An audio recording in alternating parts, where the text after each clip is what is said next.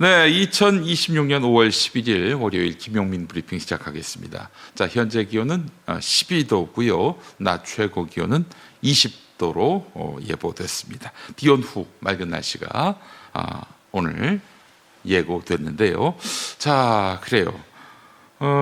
어제부터 다주택자에 대한 양도소득세 중과 제도가 무겁게 물리는 제도가 4년 만에 재개됐습니다. 양도세 중과 제도는 다주택자가 보유한 조정대상 지역 내에 있는 주택을 양도할 때 기본세율 6에서 45%의 중과세율을 더해서 과세하는 제도입니다. 설마 올리겠어 선거 앞두고 이렇게 기대했던 분들, 이재명 대통령이 분명히 예고했죠. 절대 중과제도 유예 없다 이렇게 분명히 얘기했는데 약속대로 이렇게 이 제도가 재개됐습니다. 자, 성과급 재원 기준 두고 지금 삼성전자 노조와 사용자 측이 갈등을 빚고 있는데요. 지금 대화가 결렬되면 창사 이래 최대 파업이 현실화될 전망입니다. 삼성전자가 오는 21일로 예정된 총파업을 앞두고 정부의 중재로 다시 한번 노사가 대화 테이블에 앉게 됩니다. 네, 오늘 아침에 어떤 신문 기사가 나왔는지 살펴보도록 하겠습니다. 중앙일보부터 보겠습니다. 6.3 지방선거를 앞두고 민주당 후보들은 후원금 모금 효과가 큰 김어준 씨 방송에 잇따라 출연하고 있습니다. 김어준 씨 방송에서 후원금을 모집해서 대박이 난 국회의원들이 적지 않다고 하는데 한 의원의 보좌진은 순식간에 수백만 원이 차오르니 마음이 급한 후보들은 저자세가 될 수밖에 없다고 말했습니다. 반면 국민의힘 후보들은 지지율 하락과 강성 이미지 부담 탓에 고성국 씨 등 보수 유튜버들과 거리를 두는 분위기라고 합니다. 양당 선거 구도가 장외 스피커 활용 방식에도 반영됐다는 분석입니다.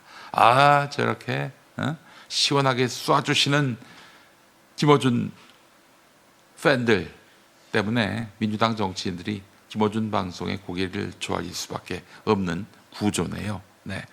경기도 평택을 재선거에서 민주당 김용남 후보와 조국혁신당 조국 후보가 정면 충돌하면서 여권 지지층 갈등이 커지고 있습니다. 조국 후보 측은 김용남 후보의 과거 보수정당 시절의 발언을 문제 삼았고, 김용남 후보는 자신이 이재명 대통령이 영입한 민주당 후보라고 맞섰습니다. 이런 가운데 김용남 후보는 며칠 전에 김어준 씨 유튜브에 출연해서 불편한 기색도 드러냈는데, 김어준 씨가 양자 토론을 제안하니까 김용남 후보는 불리한 지형, 그러니까 김어준 방송에서는 전투를 할 이유가 없다라면서 선을 그었습니다.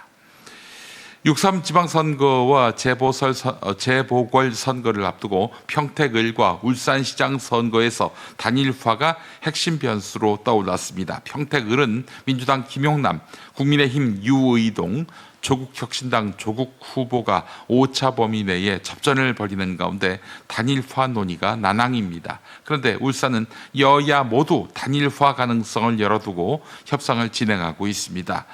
그래요. 그동안 민주당은 중앙당 차원의 단일화 개입은 없을 것이라고 해왔는데 기류가 바뀐 것입니다. 울산은 단일화로 가자, 진보당과 단일화로 가자, 이렇게 민주당 지도부가 마음을 굳혔다, 이런 얘기죠. 조선일보에 관련 기사가 있습니다. 조선일보 기사 하나 더 보겠습니다. 올해 신임법관 모집 시험에 현직 검사 230명이 응시해서 역대 최대 규모를 기록한 것으로 알려졌습니다. 검찰청 폐지와 공소청 전환을 앞두고 이 직업 안정성이 높은 법원으로 옮기려는 흐름이 커졌다는 분석입니다. 올해 들어서 검사 퇴직, 검사 휴직도 크게 늘어서 검찰 인력난과 사건 처리 지연 우려가 커지고 있습니다. 자, 오늘 아침 TV는 어떤 이슈에 주목하고 있는지 알아보죠. 이란의 국영통신사 IRNA는 이란이 미국의 종전안에 대한 답변을 중재국 파키스탄에 보냈다고 보도했습니다. 답변과 관련한 구체적 내용은 다뤄지지 않았습니다. 다만 IRNA는 전쟁의 영구적인 종식에 협상에 초점이 맞춰져 있다고만 설명했습니다. 월스트리트 저널은 내용을 잘 아는 관계자의 말을 인용해 이란은 우라늄 농축 중단 기간을 미국이 원하는 20년보다 짧게 합의되길 원하고 있다고 전했습니다. 또 농축 우라늄 희석과 제3국 이전 방안 등도 포함돼 있다고 보도했습니다. 이에 대해 트럼프 대통령은 방금 이란의 답변을 읽었지만 절대 받아들일 수 없다고 소셜미디어에 썼습니다. 이에 앞선 게시글에선 자신은 전임 대통령들과 다르다며 이란이 47년 동안 미국과 세계를 기만해왔지만 이제 더는 웃지 못할 것이라는 경고성 발언을 하기도 했습니다. 그만큼 우라늄 농축과 관련한 이견이 크기 때문으로 풀이됩니다. 호르무즈 해협에서 화재 폭발 사고가 났던 한국 선박 나무호입니다.